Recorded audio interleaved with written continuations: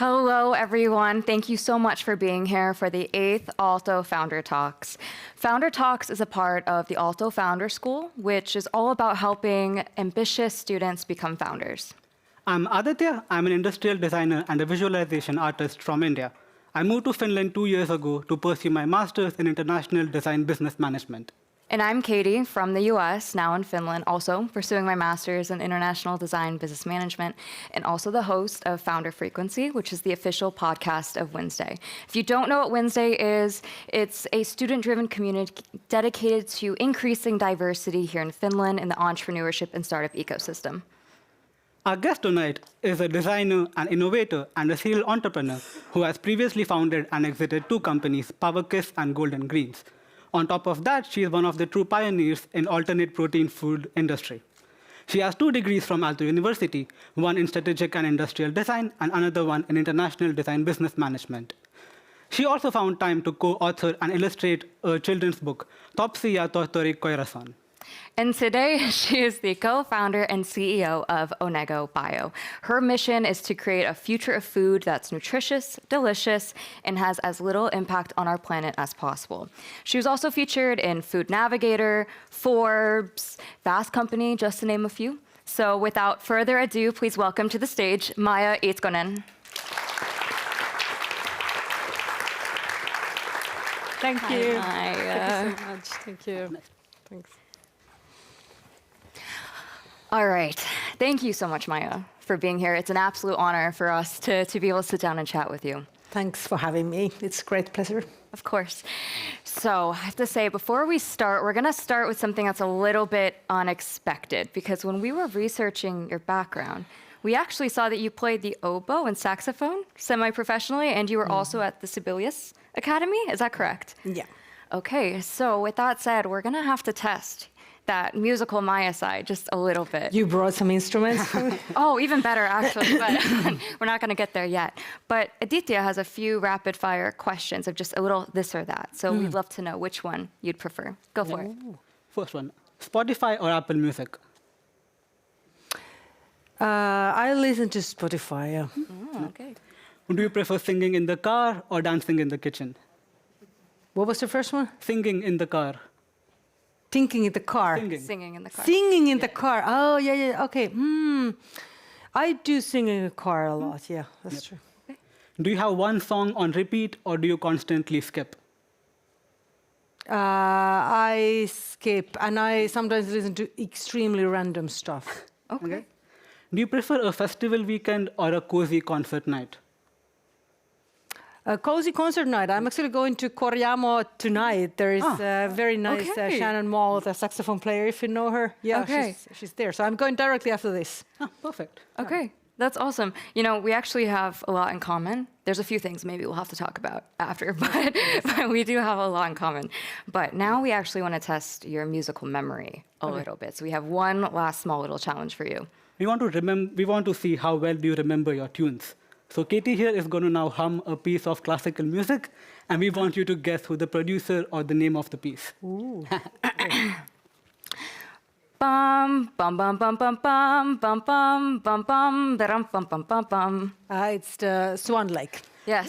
Okay, I got nervous. I was nervous that you wouldn't get it. Yeah. That was very quick, so you do remember your music very well. Yes. Although we would really like to talk about music, we will now move into everything that came after that, such as entrepreneurship. You're deeper into the entrepreneurship and alternative protein, and now in deep tech. Yeah. So for the next 35 minutes, we would like to discuss all of your experiences in startup and scale-up, and also look at your reflection in learning through constant reinvention. Yeah. And after that, we also have a chance for questions from the audience, so you can take your time and think about them already. Can we still stop for the music for one second? Sure. Because there's one thing that I really would like to everyone to remember, that music is a great way for training your brain. Like really doing the music yourself, not just listening to music, but like either singing or playing or dancing, because it really forces you to go to the different areas of the brain. So if you have, for example, kids, or you're somehow like in the same circles with some amazing kids, it's actually a really good idea to push the kids to music, because it's a very good way of practicing that side of your brain, that creative side. Yeah. Thanks for sharing that, because one of the first things we're actually going to talk about was how you actually started to do the International Design Business Management program after you'd already been studying music for so long. So could you take us back to that period of time in your life? What made you decide to pursue that? Yeah, I would maybe say that my background was not that typical. So I really, when at high school, I really didn't quite find my own thing yet. So I was, to be honest, I was very much into already this kind of like design and arts and that side, but I really didn't find like that much like reflection from elsewhere, like from the teachers or from my friends and so on. So I didn't really kind of find that area and that side yet. So I was just, it was almost like, how would I say? It was almost like, gosh, I just do something else then. Like I had been playing music for all my life, and I had great teachers, and I had like great groups. I was already playing with these people, and just got so much inspiration. So I was like, like I'll just go there. It's like a safe, good route that like people understand me. I can somehow relate to this, and there's some people see me. That's maybe actually that as a young person, someone to see you is super important. So I felt that, okay, that's like an area that I can safely go to.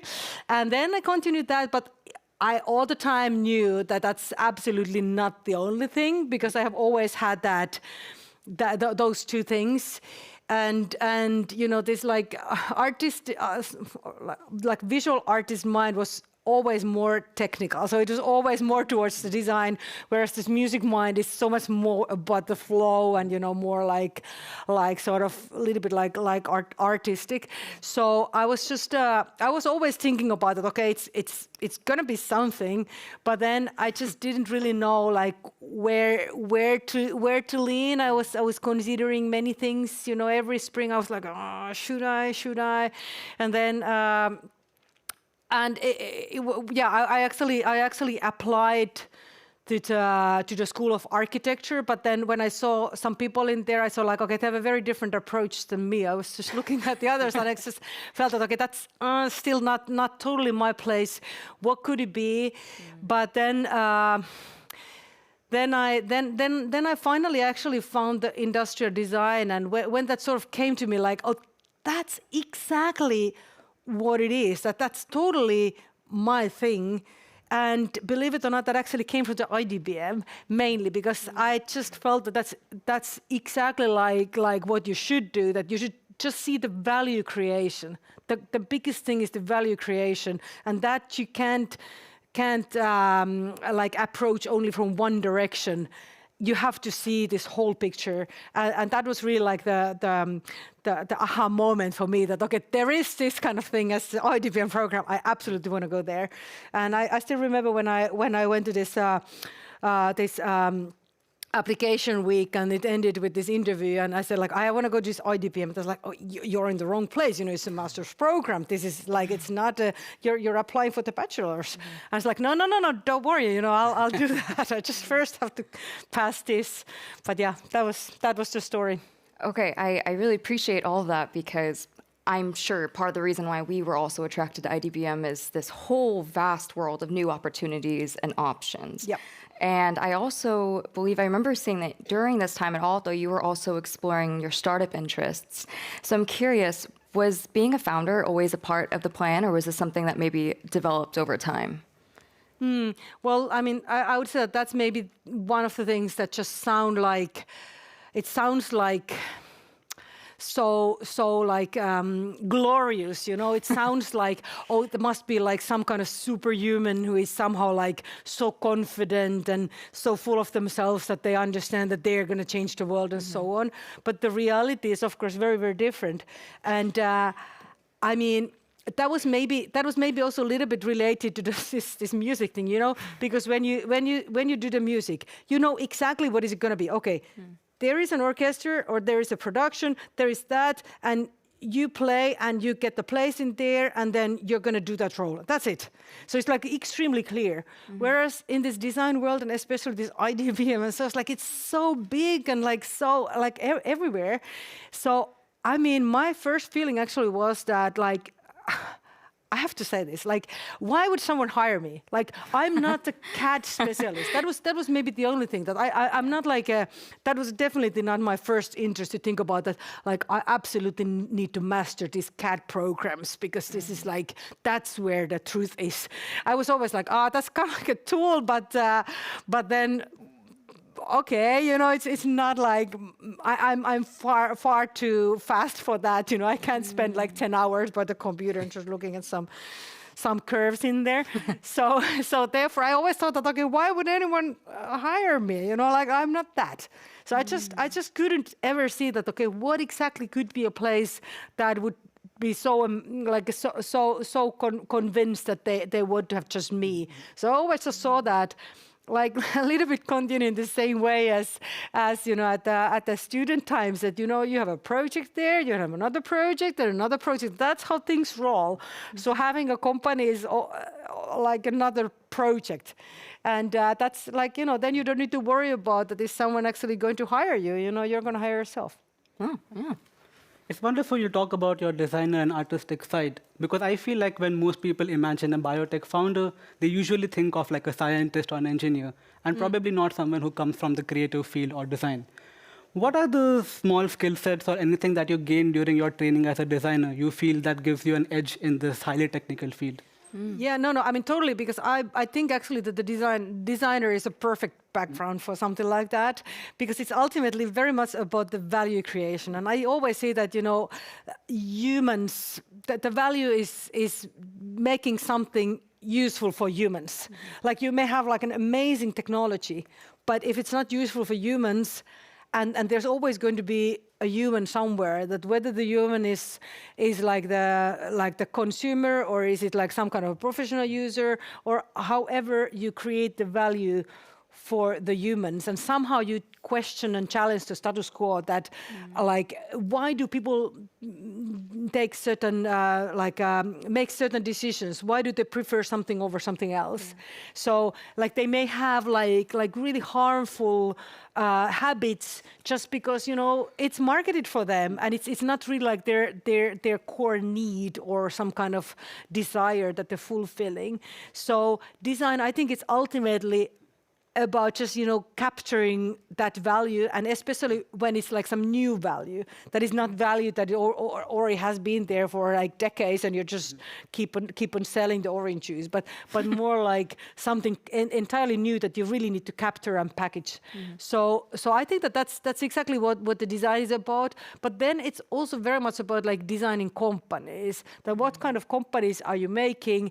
How like you're able to design a company that is able to do something and capture that value by different organizational cultures, like, you know, these prototyping cultures, and, you know, that's the spirit of development and all of that. So believe it or not, I actually think that is a perfect background for that. And most of the designers, well, unfortunately, I don't know if there are any designers in here, but unfortunately, this is something that I'm preaching all the time, is that for some reason, you know, many designers are still really keeping themselves like this, that, oh, I'm just visual, I only can think about this and this and that.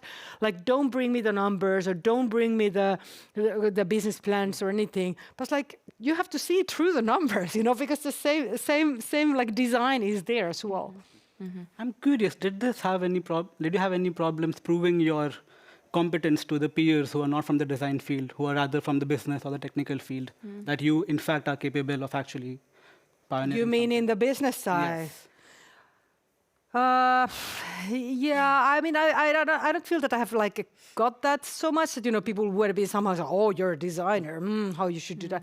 Maybe it's more like some people are always surprised, you know, when you're just surrounded by this, like, all the people are like having some McKinsey background, or like at least like from the industrial engineering or finance background or something, and you're like, oh, I'm a designer. But I'm nowadays actually a little bit less sort of like shy about that. I used to be a little bit shy, so I admit that there were times when I just didn't say that. I just said that I have a business background.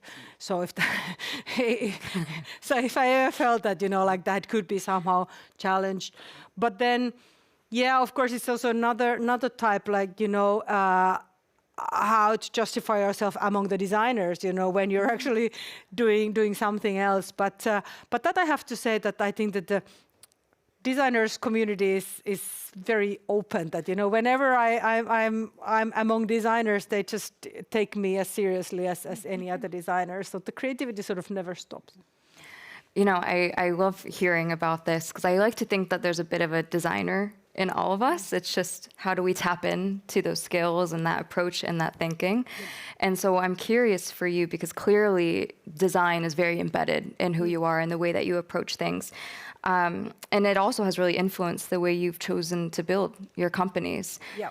A lot of startups, I think, sometimes start with the problem they found, and you use the example of the orange juice and, maybe making the orange juice a little sweeter or a little different. But it seems like a lot of the companies that you've built have actually been rooted in research, experimentation. For example, Onego Bio coming out of VTT, Research Technical Center. So I'm curious to know, were you involved in that moment when Onego Bio shifted from research to a more commercialized business?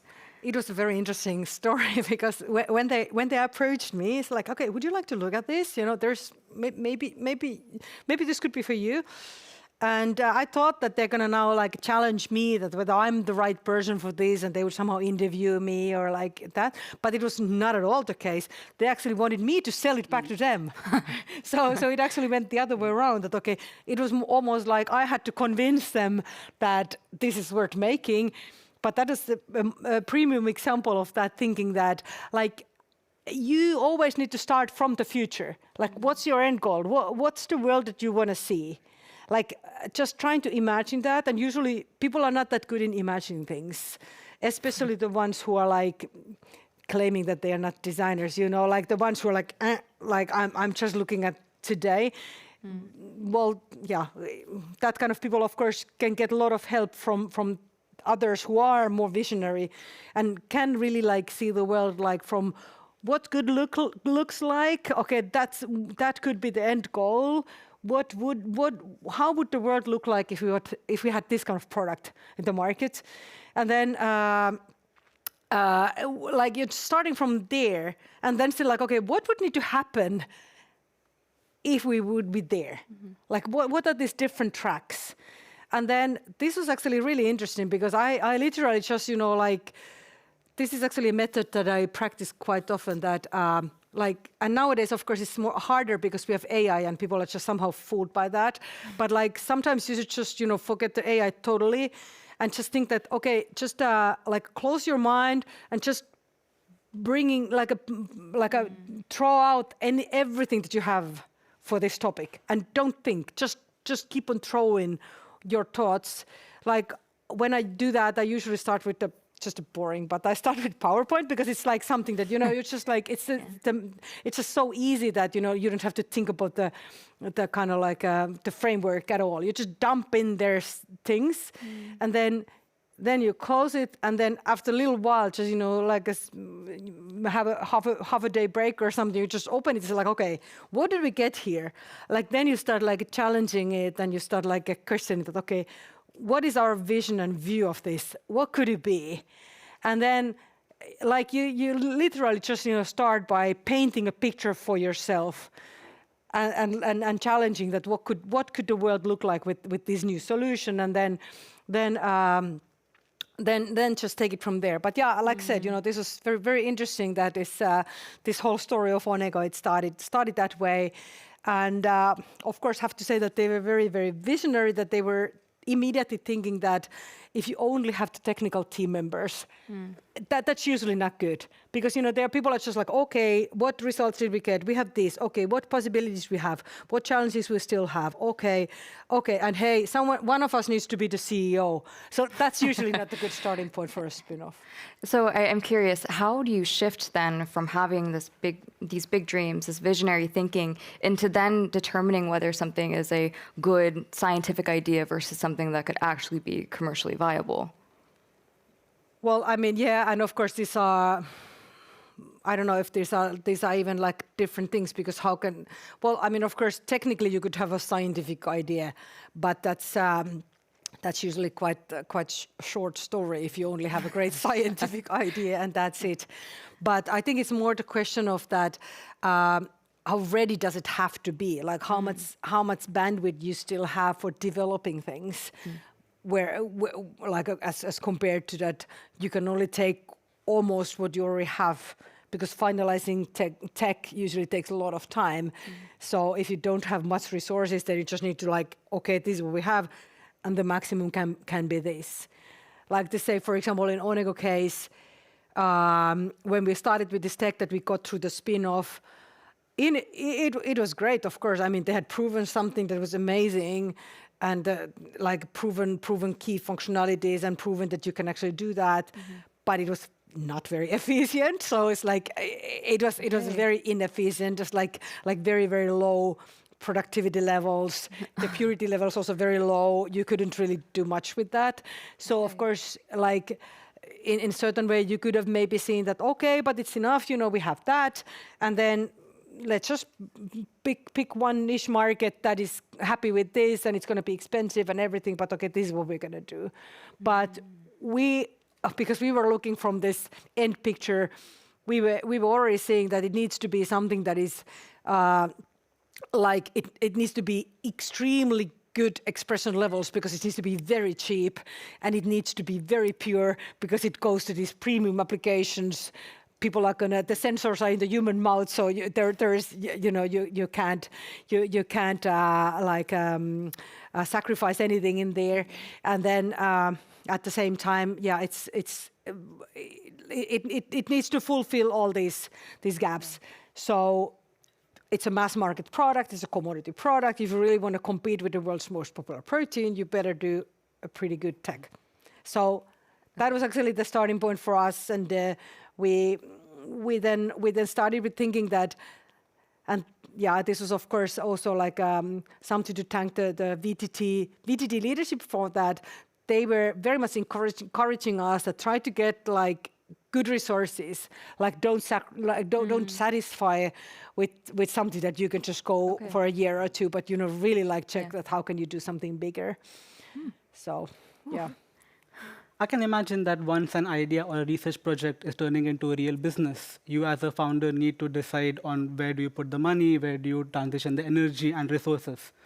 And going back to a bit earlier time in your career, with Parekh, you had a major transition when moving from a founder and CEO of the company to rather a C-suite in a much larger international company when you merged with PowerMat. Yeah. I would like to know, how was that transition for you personally as well as professionally? Yeah. Okay, so I mean, of course, this whole Parekh thing was very much ahead of its time. So it was like, it was also very, very interesting, because it just think about that, iPhone was not launched when we when we started that. So there were many like different instances around the world that were looking at the same thing. And I think that was also like super interesting to be witnessing something like that, when something that is going to be self-evident in the future is being developed and invented in completely different areas of the world, like US and Asia and Europe. And like it's really like that kind of very small community for a very specific purpose. And it was interesting because we got to see that we founded this standard alliance, and like seeing that, okay, you need to join forces, because otherwise, like everybody's going to have their own technologies. And a small player like us, we were able to just work with these big giants like Qualcomm's and those of the world. So that was very, very, very interesting. It's like I said, of course, it's like it was quite evident that we didn't have enough resources, that we had to join forces with some bigger players. But that was maybe one of the aha moments for me, that like when I joined this company who acquired it, I somehow thought that, okay, now it's like a next chapter, that I'm finally going to be like qualified for that kind of more corporate job. But then quite soon I realized that somehow like I'm not very good at this, because I was always somehow like too much.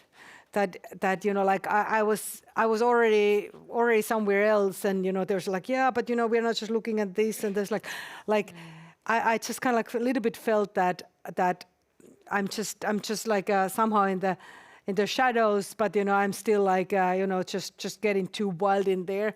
And then when the time came, I was like, okay, that's enough for me. It's just small kids at home and just traveling around the world all the time. So just very, very tough.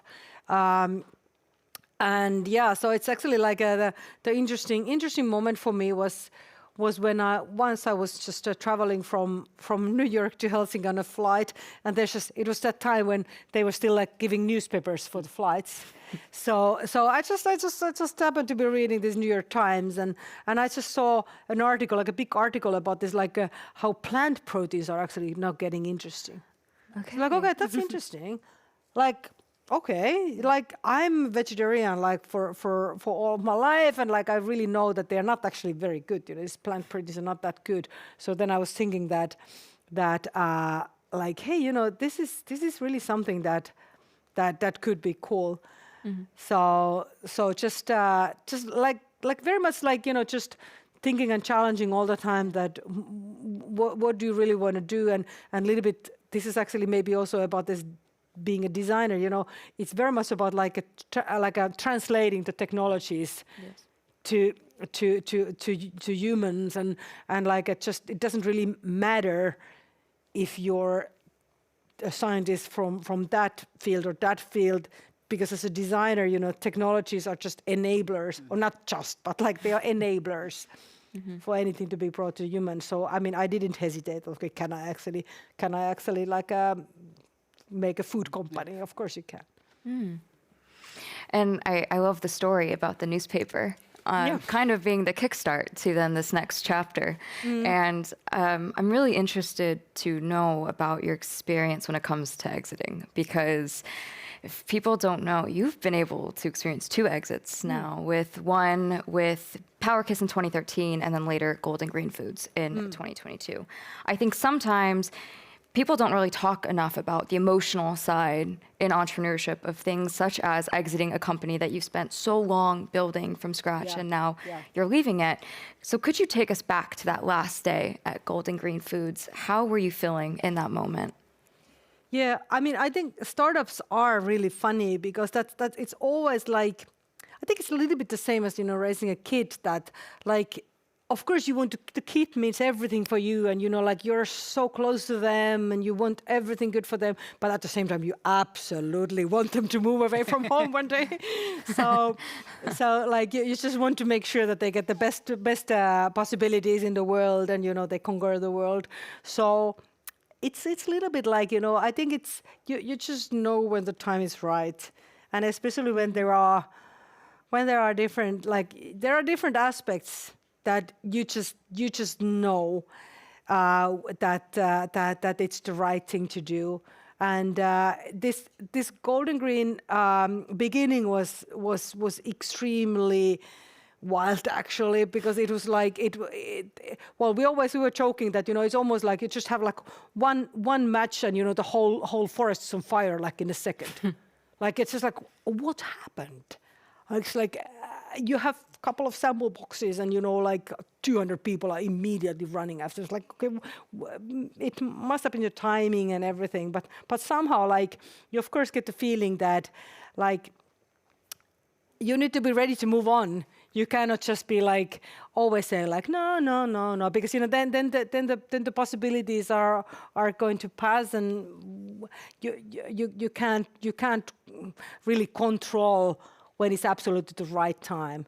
It's also a little bit of like if you're like now decide that you're not going to be dating anyone, and then you meet the love of your life tonight, and you can't be like, oh, but I told everyone that I'm only going to be dating next year. So that's kind of like that. You just really need to take the opportunities. Okay, this is really interesting because it sounds like it's a bit of self-creation, a bit of timing, maybe some luck, and kind of feeling the intuition in the moment. But I was going to ask, do you generally think about exits from the beginning when you're building a company, or is it truly something that just kind of comes out of thin air and then you decide to follow it? No, I don't think that it comes like just like that. Of course, there's some preparations. Like, for example, for the Golden Green, we absolutely needed the resources, and that's what we were searching for. We were searching for partners. But actually, the one who acquired it was not the only one. There were some others as well. So it's usually like, when you have that kind of like a very strong viral phenomenon, there are many who somehow want to utilize that. So it was more like we kind of like a little bit get to think about think about the possibility that come on, like, is it actually possible that we would already now like give the power to someone else. But yeah, when it starts becoming reality, then suddenly it feels very natural. Okay. Something I find really fascinating about your career is that even after all of these exits, you did not continue to go deeper into the same field. Rather, you keep switching into a completely new industry. Your first startup with Parekh, you were working with wireless technology and consumer electronics. But after that, with Golden Green Food, you moved into alternate protein field. Now with Onego, you are still in the food field, but you have moved it a little bit more into deep tech and research. Biotech, yeah. Biotech. Yeah. So I'm quite curious that what drives you to completely change your field instead of diving deeper into the place you're already specialized in? Yeah, I have to correct one thing. Like, I don't think that people like me would be anyhow like interested in career building. It's not something. It's more like there's life and there's work in the life, and then there are other aspects in the life, and you just do things. Yeah, I've been always interested in things, and I think that that's very much about this, like being a designer. It's very much about that like designers are not asking that am I now designing this, or next one is going to be something completely different. But that's true. I mean, there are of course people who are like extremely specialized on something, and like I have absolutely nothing against it. I think it's fantastic, and maybe it's more like people who are like a little bit different mind, and there's absolutely need for that kind of people. So that's like really nothing about that. But I think the world also needs generalists like me who is just seeing patterns, and it's very much about the human behavior. And then what kind of world are we building? So I think it's very much about how can you contribute just to it sounds a little bit naive, of course, but somehow to contribute to a better world. Like when you leave this planet, at least you tried. Yeah. So that maybe is the common denominator. Yeah, it's interesting that you just called yourself a generalist, because I would actually call you a specialist in many ways. And in fact, I think there was an article, Nordic Ninja, that actually referred to you as a pioneer in the alternative food space. So I'm interested to know, how do you personally relate to that title of being called a pioneer? Yeah, no, I mean, that is actually, I actually have to say that I really like that. I think it's amazing, because this was the other day, my friend was just doing some searches on AI, and there were two categories where they actually, even AI things, I mean, completely regardless of if I'm somehow like, if they would somehow know me, it's there's like a design thinking and like entrepreneurs who are like big design thinkers. AI listed me in there, and also this like alternative protein pioneers. Yeah. It also listed me in there. I think it's amazing. Because this is actually one of my theses is that somehow like you should never be too shy to try to be pioneer of something. And like, for example, in our case, just think about that. Like, I'm from Finland. I'm not like a fancy MIT professor. I'm just like some designer from Finland. And also I happen to be a woman, like all of that stuff. So I think it's really cool, and just like a little bit breaking those stereotypes that you need to be this or you need to be that in order to be like a recognized somehow. I really love that you're owning the fact that pioneer is being associated with you. I think that's really awesome, and I think more people can definitely learn from embracing things like that. Yeah. I'm curious, though, on the other hand, I feel like sometimes being called a pioneer could also come with some expectations. Have you ever felt like a pressure or a responsibility to have answers about everything, like the future of food? Yeah, but maybe that's actually like one of the like things why this has been somehow like easier for me, that I don't really take that kind of pressure, you know. That I don't, in general, I don't stress about things. So I always think that like you can just do your best, and then also like don't think that far. Don't think like, okay, what are they gonna think about me? Like for example, I'm in here. I'm not controlling myself. I'm not thinking about that. Am I somehow ensuring that like you have an amazing like view of me? I'm just talking like I want to talk. You know, that I think that like a little bit like less controlling yourself is a good advice in life. You know, because if you always you just calculate like, yeah, but then what, and then what, and okay, and then maybe they think that. It's like, like life is too difficult already before that, like without that. Yeah, I need to embrace that more. I keep fixing my hair as I yeah. I think from outside, when we look at entrepreneurship, it is often associated with all the visible moments like fundraising events, launches, or exits. But in reality, a huge part of building happens during the slow and tedious research time.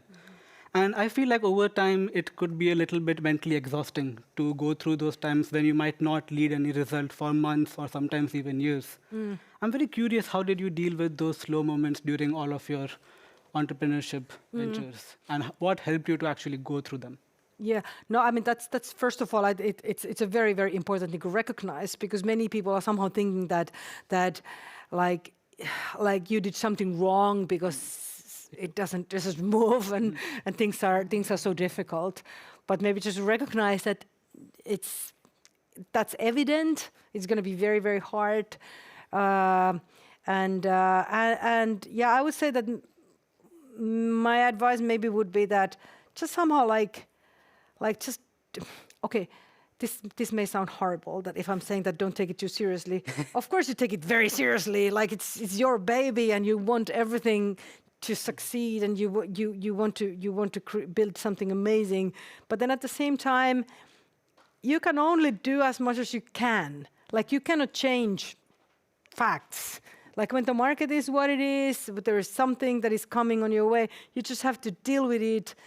But not to be like somehow like falling to desperation or blaming yourself or letting it go under your skin and stop sleeping or anything like that. Just like keep it somehow like a little distance. That okay, you're there to almost like you're a servant of that thing. You're like serving it as much as possible, but you can only serve. You can't really change anything fundamentally. So I know it's easier maybe said than done, but in general I say that, you know, like somehow like more passion and less stressing would be a good recipe. Has the relationship with motivation changed between your first venture with Parekh and the current one with Onego? I think that I'm a little bit more selective nowadays, that you know, I just like want to focus a little bit more on doing the right things than doing things right. So I think that I was just well, I mean, that's of course an important thing as well, that don't be too much thinking that like for example, that no, you know, I can only work this much, and you know, like I need to have my leisure time, and you know, I always do this and that, and I need to watch TV for at least 3 hours a day or anything like that. Like okay, you may not have the time, so you just need to grind more. But then at the same time, it's of course like the older you get, the more you learn that okay, is it worth wasting all your energy into that? So you just learn to be a bit wiser. So I think that's important. But like, you know, if you start by just thinking that you're so selective and, you know, like you don't want to waste anything, and you only want to keep everything so that, you know, like you get to maximum. Okay, that's going to be very hard because you can't know in advance, and you just have to be willing to just let a lot of energy flow.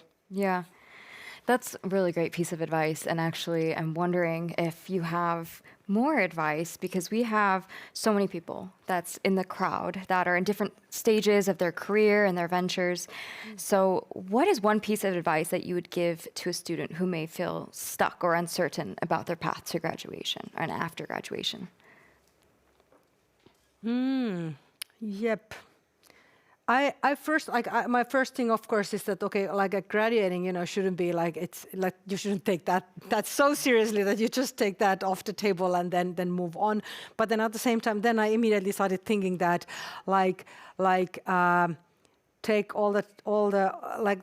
take most of what you can from this community, because I think that this university is an amazing community that people don't always even realize that, this is something that I've been also thinking that, like, how could we much better nurture those connections in here, that actually maybe that's already like building something that you can count on later to say, like, for example, let's say that you're struggling with something, or you're thinking about like, hey, how about this and that?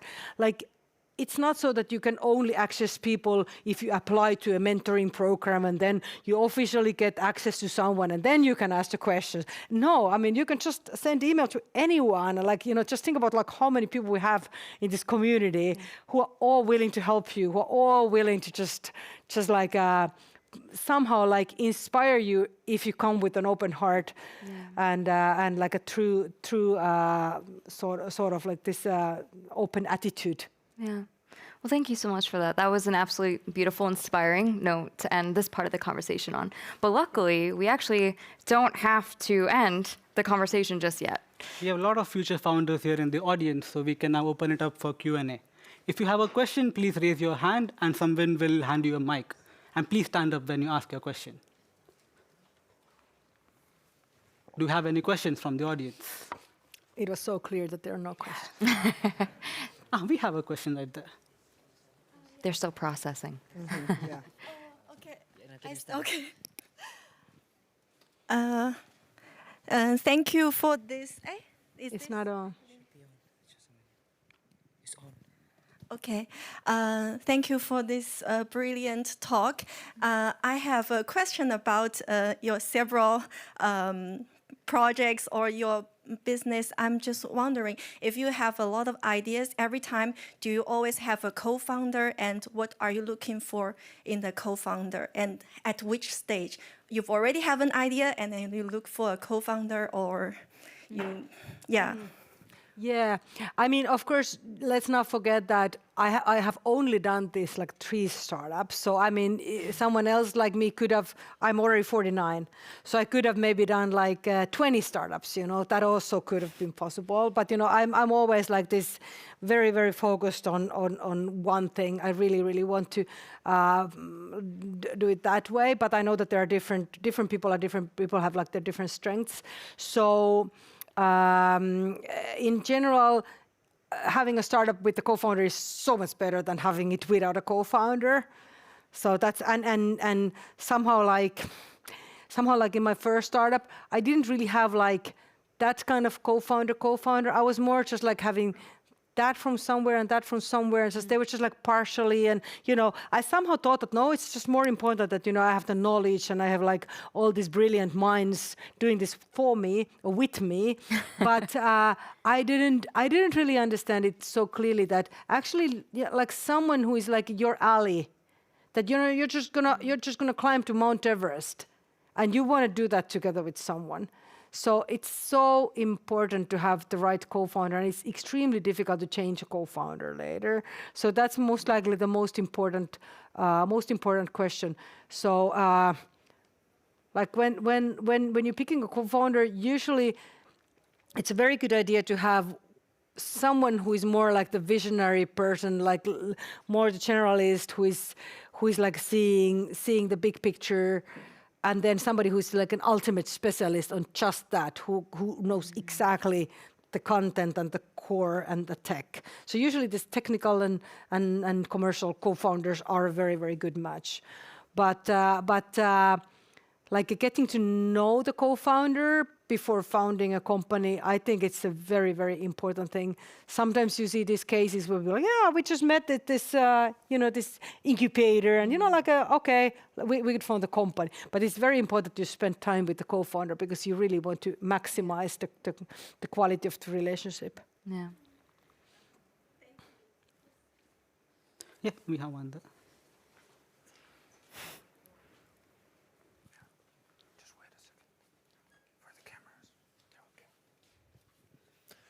Hi, thanks for a wonderful speech. And I wonder if you can tell us the story of your book. What makes you to write a book? Yeah. And it would be interesting for me to I didn't write a book. That was a misunderstanding. My husband is a writer, and he wanted to make a children's book where I was just painting the images in that book, but it's a very long time ago. So I'm definitely not someone who would be able to write a book. I'm just far too passionate about everything else, and I wouldn't have the calmness to actually stop and just analyze the book like from the beginning to an end. So there are areas that are not my strength, and that's actually one of them. I'm good in writing, though. I mean, there's nothing about that. I mean, I can write, but only limited amount of text, and not just like working 500 pages. 500 pages, absolutely not.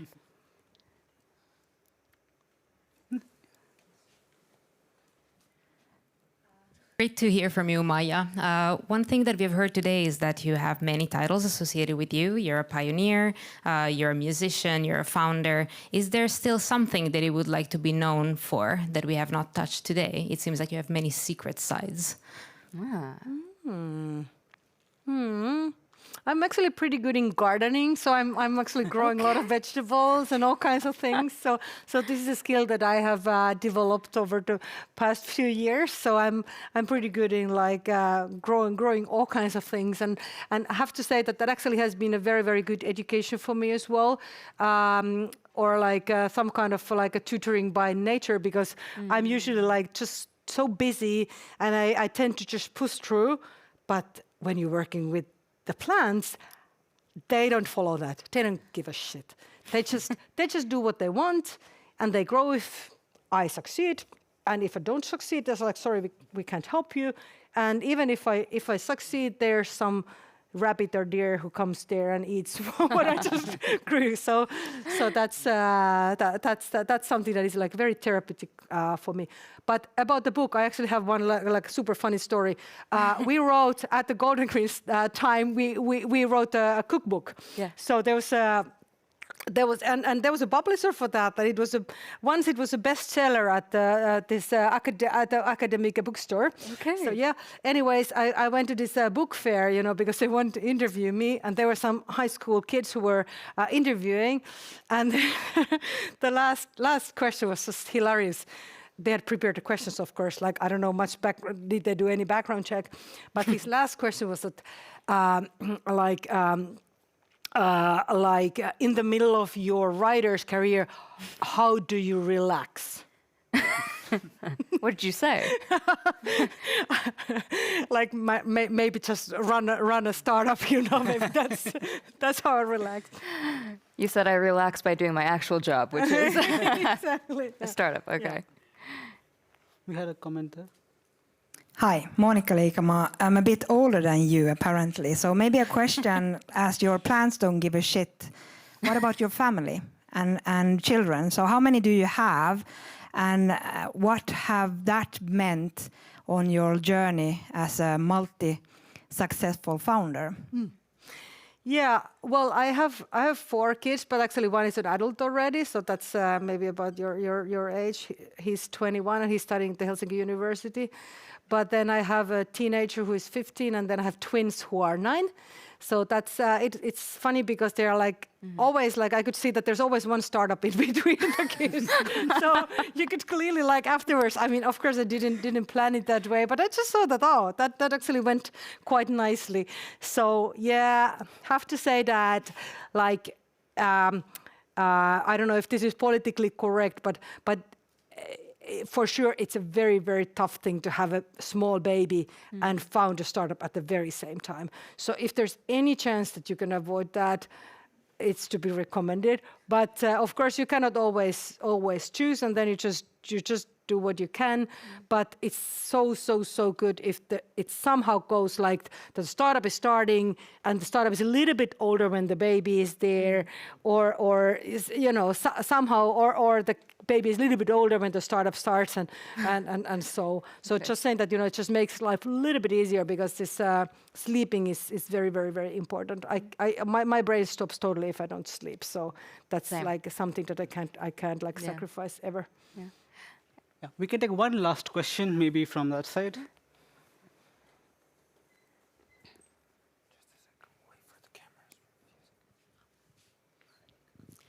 Thank you so much for inspiring talk. I just wondered, when you talk about the story in the newspapers on the flight to Helsinki, what happened then? Like, it's one thing to have an idea, but another thing to actually have a real company. So what is that thing between? Yeah. But I mean, even on that flight, because it was, of course, a long flight, and on that time there were no internet connections on the planes, which was great. So so I just read the story, and then I started just like this. What I was telling you, this like the brain dump, that you just let everything come, because it somehow it actually came out already quite ready in that sense. That when I saw those notes later, I was like, oh, I mean, I have already written everything in here, and just somehow like gave the first raw version of the business plan. But then I approached some people. We then joined forces with the 2 food scientists and me. So that was then the combination. But then it's always like, okay, where to have the space? That's always the first thing, because when you're doing something physical, you just can't do that by the computers, and this you need equipment. You cannot just rely on your home kitchen either. So then we just got this like small space how to have that first versions, and then at the same time, I actually took very much of this designer's logic that like we should somehow try and test this idea against the real world. And that was actually a little bit like part of this viral thing, that why did it happen even? Because it's my thought was that, we can just mimic how the world would look like if this product was on market. Just, like do some small batches and, make it look like it was real. And then you do some like user research. And then people thought that this was already on market. So that was maybe the little kind of like accident in there, how it happened. But like a lot of this, that was like a lot of this, like a design thinking approach in there. Yeah, well, thank you so much for answering those questions. Thank you so much, the Aalto Founder School team, for today's session. Of course, thank you to everyone here that took the time, and for those joining us live. And Maija, thank you so much for coming here, for sharing all of those incredible stories, and for the laughs, because there's definitely a few things I'm going to remember from today's conversation that will make me giggle when I'm alone. Laughing is very important, because, if we stop laughing, all the creativity will be. Yes, that's a very good point. And I think I was laughing too much during the session. But I will say this was the last Founder Talks of the season, but we will be back in September with more founders and more stories. And for everyone here tonight, don't leave yet. We have some time to mingle around and some refreshments for you. So you can chat around with different people around here and also interact with the Founders team member. Thank you so much. Thank you so much. Yeah. Thanks a lot.